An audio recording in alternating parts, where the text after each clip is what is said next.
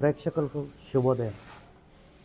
ఈరోజు మార్నింగ్ ఎడిషన్లో వివిధ వార్తాపత్రికలు ప్రచురితమైన మెయిన్ హెడ్లైన్స్ని ఒకసారి చూద్దాం. ముందుగా ఈనాడు తెలంగాణ దినపత్రిక చూసుకున్నట్టయితే, నియోజకవర్గానికి 2 ఇంటిగ్రేటెడ్ పాఠశాలలు, ఇంటర్ వరకు డ్రాఫ్ట్లు ఉండొద్దు, 9, 12 తరగతుల విధానంపై అధ్యయనం చేయండి, ఇంటర్పై అసెంబ్లీలోనూ చర్చిద్దాం, విద్యాశాఖ సమీక్షలో సీఎం రేవంత్ రెడ్డి. సో నియోజకవర్గానికి 2 ఇంటిగ్రేటెడ్ పాఠశాలలు రానున్నాయి. దీనికి సంబంధించిన వార్త మనం చూసుకుంటున్నాం. ఒక సమావేశంలో విద్యాశాఖపై సమీక్షిస్తున్న సీఎం రేవంత్ రెడ్డి. చిత్రంలో బాలకృష్ణారెడ్డి, అజిత్ రెడ్డి, వేం నరేందర్ రెడ్డి, కేశవరావు, యోగితా రాణా తదితరులు.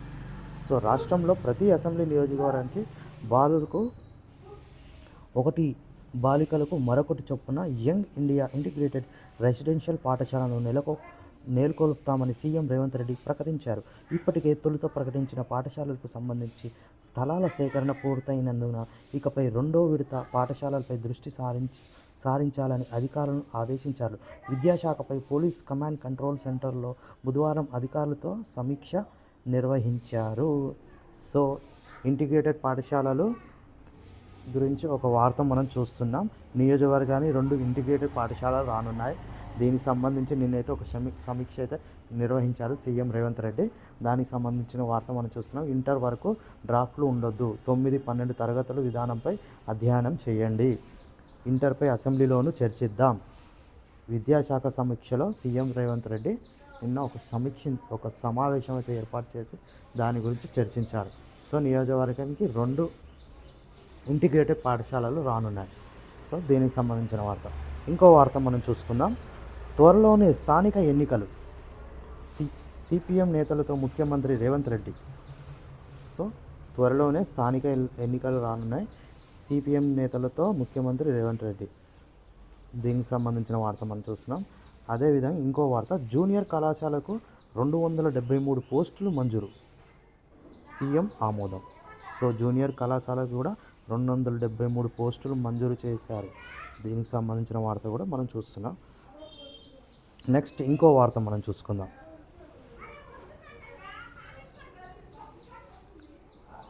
సో నెక్స్ట్ వార్త ఇంకోటి చూసుకుందాం మనం. అరవింద్ కుమార్కు అనీషా పిలుపు. ఇక్కడ మనం చూస్తున్నాం అరవింద్ కుమార్కు అనీషా పిలుపు. దీనికి సంబంధించిన ఫార్ములా ఈ రేస్ కేసులో నేడు విచారణ. ఫార్ములా ఈ రేస్ కేసులో దర్యాప్తునకు అవినీతి నిరోధక శాఖ వేగవంతం చేసింది. గురువారం విచారణకు హాజరు కావాలంటూ సీనియర్ ఐఏఎస్ అధికారి అరవింద్ కుమార్కు నోటీసులు జారీ చేసింది. కొద్ది రోజుల క్రితమే ఆయన్ని విచారించాలని నిర్ణయించిన విదేశ పర్యటనలో ఉండడంతో వాయిదా వేసింది. తాజాగా ఆయన విదేశాల నుంచి తిరిగి రావడంతో విచారణకు పిలిపించింది. సో ఏదైతే ఫార్ములా ఈ రేస్ కేసు ఉందో దానికి సంబంధించిన వార్త మనం చూసుకుంటున్నాం. ఇందులో అరవింద్ కుమార్కి అయితే అనీషా పిలుపు, అంటే ఆయన్ను విచారించేందుకు రంగం సిద్ధం చేశారు. ఆయన ఇదివరకు విదేశీ పర్యటన ఉండడం కారణంగా ఆయన విచారించలేకపోయారు. కానీ ఇప్పుడు ఆయన తిరిగి స్వదేశానికి రావడంతో విచారణకు అనీషా అయితే పిలుపునిచ్చింది. దీనికి సంబంధించిన వార్త. ఇంకో వార్త మనం చూసుకుందాం. కృష్ణమ్మ గలగల, గోదావరి వెలవెల, ఆల్మట్టి నుంచి సాగర్ వరకు జలాశయాల్లో కొనసాగుతున్న వరద. గోదావరి బేసిన్లో అంతంత మాత్రమే. సో కృష్ణమ్మ గోదావరి సంబంధించిన వార్త మనం చూస్తున్నాం. కృష్ణా బేసిన్లో రిజర్వాయర్లు జలకలను సంతరించుకుంటున్నాయి. ఆల్మట్టి నుంచి నాగార్జున సాగర్ వరకు అన్ని రిజర్వాయర్లో వరద కొనసాగుతుంది. ప్రస్తుతం సీజన్లో శ్రీశైలంలో సుమారు 140 టీఎంసీలు వచ్చాయి. శ్రీశైలం నుంచి నాగార్జున సాగర్ కూడా నీటి విడుదల మొదలైంది. గోదావరి మాత్రం పరిస్థితి ఇందుకు భిన్నంగా ఉంది. ఇప్పటి వరకు నామమాత్రంగానే నీటి నిల్వలు పెరిగాయి. ఎగువగా మహారాష్ట్రలోనూ ఇదే జైక్వాడ నుంచి దిగువకు ధవళేశ్వరం వరకు నామమాత్రంగానే ప్రవాహాలున్నాయి. వర్షాకాలం ప్రభావానికి ముందే కృష్ణాలో ప్రవాహం మొదలైంది. తర్వాత కొన్నాళ్ల పాటు వర్షాభావ పరిస్థితులు నెలకొన్నాయి. అయితే గత కొన్ని రోజులుగా కొన్ని రోజులుగా మళ్ళీ ప్రవాహాలు మొదలు కావడంతో పరిస్థితి ఆశాజనకంగా కనిపిస్తుంది. సో జలాశయాలకు సంబంధించిన వార్త మనం చూసుకుంటున్నాం. ఇక్కడ కృష్ణా గోదావరిలో భారీగా అయితే నీరు చేరుతుందని ఇంకొక వార్త చూస్తున్నాం. భారీ వర్షాలు కురవడంతో అక్కడికి భారీగా నీరు చేరుకుంటుంది. సో దానికి సంబంధించిన వార్త. ఇంకో వార్త మనం చూస్తాం. సాగునీటి హక్కులకు మరణ శాసనం రాసిందే కాంగ్రెస్. సో నిన్న మనం చూసుకున్నాం సాగునీటి ప్రాజెక్టుకి టీఆర్ఎస్ఏ కారణమంటూ కాంగ్రెస్ ఎద్దేవా చేసింది. కానీ ఈరోజు భిన్నంగా మరి సాగునీటి హక్కులకు మరణ శాసనం రాసిందే కాంగ్రెస్ అని బనకచర్లపై రేవంత్ అన్ని అబద్ధాలే, అసెంబ్లీలోకి చర్చకు సిద్ధం, ముఖ్యమంత్రిపై హరీష్ రావు మండిపాటు. సో నిన్న మనం చూసుకున్నాం ఏదైతే ఈ సాగునీటి ప్రాజెక్టుకి మరణ శాసనం రాసిందే టీఆర్ఎస్ అని. కానీ ఇక్కడ మనం చూసుకుంటున్నాం సాగునీటి హక్కులకు మరణ శాసనం రాసింది కాంగ్రెస్. బనకచర్లకు రేవంత్ రెడ్డి అన్ని అబద్ధాలే, సో అసెంబ్లీలో చర్చకు సిద్ధం అని ముఖ్యమంత్రిపై హరీష్ రావు మండిపడ్డారు. సో దానికి సంబంధించిన వార్త చూస్తున్నాం. ఇంకో వార్త ఆగని మృత్యుఘోష. సో ఇది రెండు రోజుల నుంచి మనం చూస్తున్నాం ఈ వార్త. సిగాచి ఘటనలో 38కి చేరిన మరణాలు, 23 మృతదేహాలు గుర్తింపు, రూపాయలు కోటి చొప్పున పరిహారం ప్రకటించిన యాజమాన్యం. సో మనం పటాన్చేరులో ఏదైతే సిగాచి ఫ్యాక్టరీలో జరిగిన అగ్ని ప్రమాదంలో ఇప్పటి వరకు 38 మంది చనిపోయారంటూ ఇక్కడ ఒక వార్త చూస్తున్నాం. రూపాయలు కోటి చొప్పున పరిహారం ప్రకటించిన యాజమాన్యం. సో ఇది పటాన్చేరుకు సంబంధించిన వార్త. ఇంకో వార్త శివ బాలకృష్ణ ఆస్తులపై ఈడీ నజర్. హైదరాబాద్లో పలు చోట్ల సోదాలు జరిగాయి. స్థిరాస్తి సంస్థలతో క్విట్ ప్రో క్వో కోణంలో ఆరా. సో మనం ఇక్కడ ఇంకొక వార్త చూసుకుంటున్నాం. ఇక్కడ అవినీతి నిరోధక శాఖ తనిఖీల్లో ఇంట్లో ఏకంగా రూపాయలు 84 లక్షల నగదుతో పాటు రూపాయలు 32 లక్షల విలువైన 86 చేతి గడియారాలతో పట్టుబడి జైలుకు వెళ్ళొచ్చిన హెచ్ఎండిఏ పూర్వ ప్లానింగ్ డైరెక్టర్ శివబాలకృష్ణ ఆస్తుల లెక్క తేల్చేందుకు ఎన్ఫోర్స్మెంట్ డైరెక్టర్ ఈడీ రంగంలోకి దిగింది. శివబాలకృష్ణకి చెందిన ఆస్తులపై ఈడీ సోదాలైతే చేస్తుంది. ఈయన హైదరాబాద్లో పలు చోట్ల ఈడీ సోదాలైతే జరిపింది. స్థిరాస్తి సంస్థలో కిట్ పోకో కోణంలో ఆరా. సో ఈ శివబాలకృష్ణ ఆస్తులపై ఈడీ అయితే ఒక నజర్ పెట్టింది. దీనికి సంబంధించిన వార్త. ఇంకో వార్త మనం చూసుకున్నాం. 14 ఏళ్లకు బడికి పిహెచ్డి ఉడికి. 14 ఏళ్లకు బడికి పిహెచ్డి ఉడికి. 13 ఏళ్ల వరకు పశువుల కాపరిగా జీవనం, నేరుగా 7వ తరగతులకు చేరిక. తాజాగా జియాలజీలో డైరెక్టర్ అందుకున్న యువకుడు స్ఫూర్తిమంతం నాగర్ కర్నూలు జిల్లా వాసి పరమేశ్ ప్రస్థానం. సో ఈడ ఒక వార్త చూస్తున్న ఒక ఆర్టికల్. సో ఇందులో 13 సంవత్సరాల వయసు వచ్చే వరకు బడికి వెళ్ళలేదు, బల్పం పట్టలేదు. తల్లిదండ్రులు కూలి పనులకు వెళ్తే ఇంట్లో ఉన్న తన తమ్ముళ్లను చెల్లిని ఆడించేవాడు. 9 ఏళ్ల వయసులో పనిలో చేరాడు. నాన్న జీతానికి ఉండే ఇంట్లో పశువుల కాపరిగా 4 ఏళ్లు పనిచేస్తాడు. ఆ సమయంలో ఓ స్వచ్ఛంద సంస్థ ప్రతినిధి అతడిని గుర్తించారు. చదువంటే ఇష్టమని చెప్పగా ఏడాది పాటు బ్రిడ్జ్ కోర్స్ గురించి ఆయన వివరించి అతన్ని చదువు బాట పట్టించారు. నాటి పశువుల కాపరే తాజాగా ఓయూ జియాలజీ విభాగం నుంచి పిహెచ్డి పట్టా అందుకున్నారు. నాగర్ కర్నూలు జిల్లా బాల్మూర్ మండలం కొండ నాగుల గ్రామానికి చెందిన చింతా పరమేశ్ చదువుల ప్రస్థానం ఇది. స్కూలుకు వెళ్ళకపోయినా చదువు మీద ఆసక్తితో దసరా పండుగకు కొత్త దుస్తులుగా స్కూల్ యూనిఫామ్ కుట్టించుకోవడం అతని జీవితాన్ని మలుపు తిప్పింది.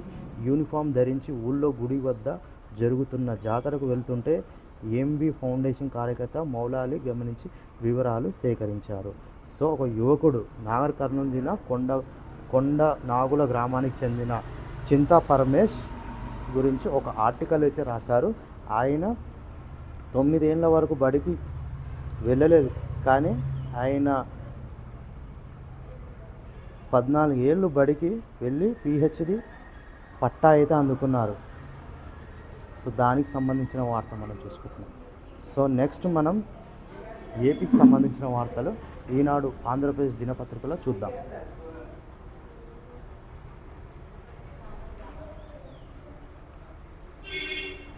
సో ఇక్కడ మనం చూసుకున్నాం, కారు కింద సొంత కార్యకర్త పడితే కుక్క పిల్లలా పక్కన పడేశారు. ఆయన భార్యను పిలిచి అంబులెన్స్లో ఏదో జరిగిందని చెప్పించారు. నా జీవితంలో ఎన్ని డ్రామాలు చూడలేదు. కుప్పం పర్యటనలో సీఎం చంద్రబాబు. బ్యాటరీ ట్రైసైకిల్ పంపిణీ తర్వాత దివ్యాంగులతో మాట్లాడుతున్న సీఎం. సో ఇక్కడ ఒక వార్త చూస్తున్నాం. సీఎం కుప్పంలో అయితే నిన్న పర్యటించాడు. దానికి సంబంధించిన వార్త. 9 సార్లు గెలిపించారు. రాష్ట్ర ప్రజలు ఆశీర్వదించడంతో 4 సార్లు ముఖ్యమంత్రి అయ్యాను. నేను ఎప్పుడైనా నేరాలు చేశానని, ఎవరైనా కొట్టారని, హత్య చేశానని విన్నారా? హత్య శవ రాజకీయాలు నేను చేయను. నేను ప్రజాహితమే పరమావధిగా పనిచేస్తా. నాది అభివృద్ధి సంక్షేమ యజ్ఞం. కొందరు రాక్షసుల్లా వచ్చి భగ్నం చేయాలని చూస్తున్నారు. వారిని వదిలిపెట్టను అని ముఖ్యమంత్రి చంద్రబాబు నాయుడు హెచ్చరించారు. చిత్తూరు జిల్లా కుప్పం నియోజకవర్గం శాంతిపురం మండలం తుమ్మలి గ్రామంలో బుధవారం నిర్వహించిన ప్రజావేదిక సభలో సీఎం మాట్లాడారు. ప్రస్తుత రాజకీయాలు నేరమయం అయ్యాయి. బాబాయిని చంపి ఆయన కుమార్తెతో మా అన్న జగన్ మంచివాడని చెప్పించారు. నిజం తెలిసి ఆమె తిరగబడ్డారు అని సీఎం చంద్రబాబు చెప్పారు. కొందరు మానవత్వం లేని వ్యక్తులు ఇంకా ఆటలాడుతున్నారు. కారు కింద సొంత పార్టీ కార్యకర్త పడి చనిపోతే కుక్క పిల్లను తీసేసినట్లు పక్కన పడేసి వెళ్లారని సీఎం మండిపడ్డారు. సకాలంలో ఆసుపత్రికి తీసుకెళ్లకపోవడంతో బాధితుడు చనిపోయారని, ఇప్పుడు ఆయన భార్యను పిలిచి మేనేజ్ చేసి కారు కింద పడి తన భర్త చనిపోలేదని అంబులెన్స్లో తీసుకెళ్తున్నప్పుడు ఏదో జరిగిందని ఆమె చేత ప్రచారం చేయిస్తున్నారని ఆక్షేపించారు. ఇలాంటి నేరస్తులను ఏమన్నాలి? కోడికత్తి, గులకరాయి దాడులను నేనే కారణమని, నా జీవితంలో ఇంత దారుణం చూడలేదని సీఎం చంద్రబాబు నాయుడు అయితే వ్యాఖ్యానించారు. సో కుప్పం పర్యటనలో సీఎం చంద్రబాబు ఇలా మాట్లాడారు. నెక్స్ట్ వార్త మనం చూసుకుందాం. జగన్ ఇలాకాలోనే దొంగ పింఛన్లు అధికం. పులివెందులకు 7,480.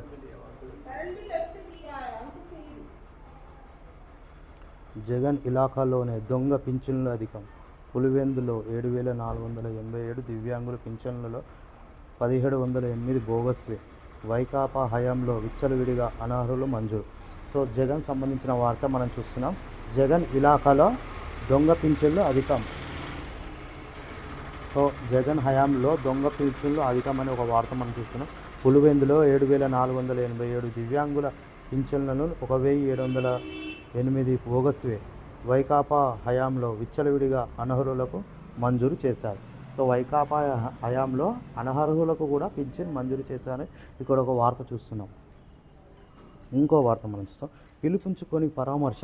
సింగయ్య జయవర్ధన్ కుటుంబాన్ని రప్పించుకొని మాట్లాడిన జగన్. ఆయన సత్తెనపల్లి పర్యటనలో కారు కింద పడి మృతి చెందిన సింగయ్య. తోపులాటలో చనిపోయే జయవర్ధన్.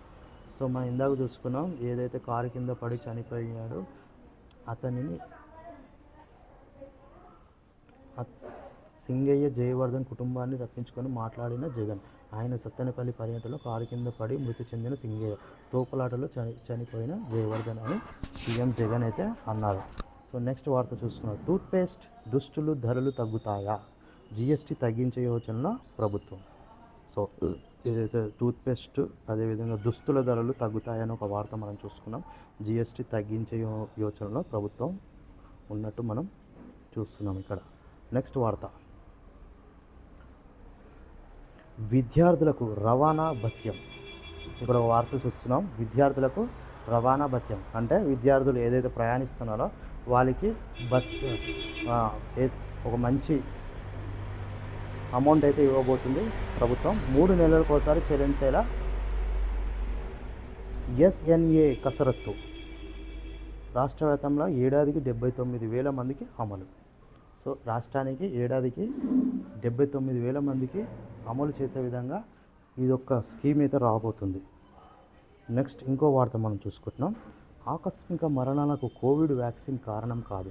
సో మనం అనుకుంటున్నాం గత కొన్ని రోజులుగా కోవిడ్ వ్యాక్సిన్ ఎవరైతే తీసుకున్నారో వారిలోనే అధిక మంది ఆకస్మికంగా మరణిస్తున్నారని అనుకుంటున్నాం. కానీ ఇక్కడ మనం ఆర్టికల్ చూస్తున్నాం, ఆకస్మిక మరణాలకు కోవిడ్ వ్యాక్సిన్ కారణం కాదు.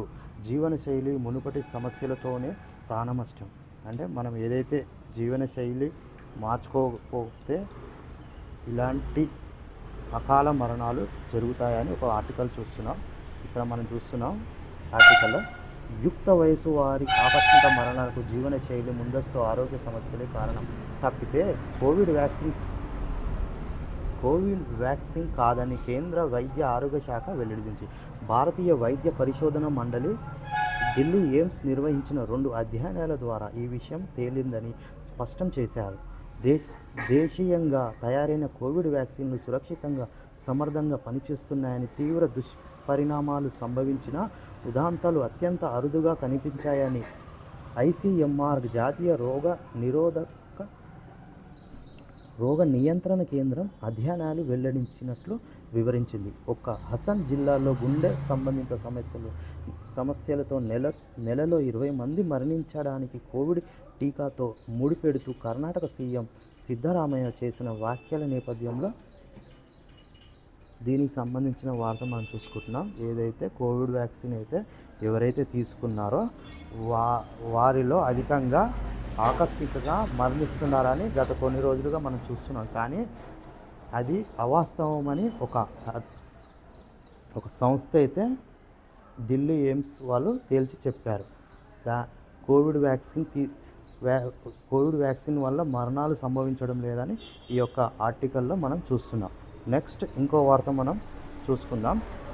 వైకాపా అభ్యర్థులకు మద్యం ముడుపులు సొత్తు తరలించింది బాలాజీ కుమార్ యాదవ్, నవీన్ కృష్ణ. వీరు చెవిరెడ్డికి అత్యంత నమ్మకస్తులు. ఒక్కో విడతలో రూపాయలు 8 నుంచి 9 కోట్ల చొప్పున 200 నుంచి 250 కోట్లు అందజేత రిమాండ్ రిపోర్ట్లో సిట్ వెళ్ళే. సో ఏదైతే మద్యం కేసులో చెవిరెడ్డి అయితే అరెస్ట్ అయ్యారు, దానికి సంబంధించిన వార్త. దీనిలో బాలాజీ కుమార్ యాదవ్, నవీన్ కృష్ణ వీరు చెవిరెడ్డికి అత్యంత నమ్మకస్తులు. ఒక్కో విడతలో దాదాపు 8 నుంచి 9 కోట్ల చొప్పున రూపాయలు 200 నుంచి 250 కోట్లు అందజేశారని ఈ యొక్క రిమాండ్ రిపోర్ట్లో సిట్ వెల్లడించడం జరిగింది. ఇంకో వార్త మనం చూసుకుందాం. ద్రోణి ప్రభావంతో వర్షాలు. సో గత 2 రోజులుగా భారీ వర్షాలు అయితే కురుస్తున్నాయి. దానికి సంబంధించిన వార్త ఇక్కడ. ద్రోణి ప్రభావంతో వర్షాలు ఇక్కడ చూసుకుందాం. జార్ఖండ్ పరిసరాలను అల్పపీడనం బుధవారం బలహీనపడింది.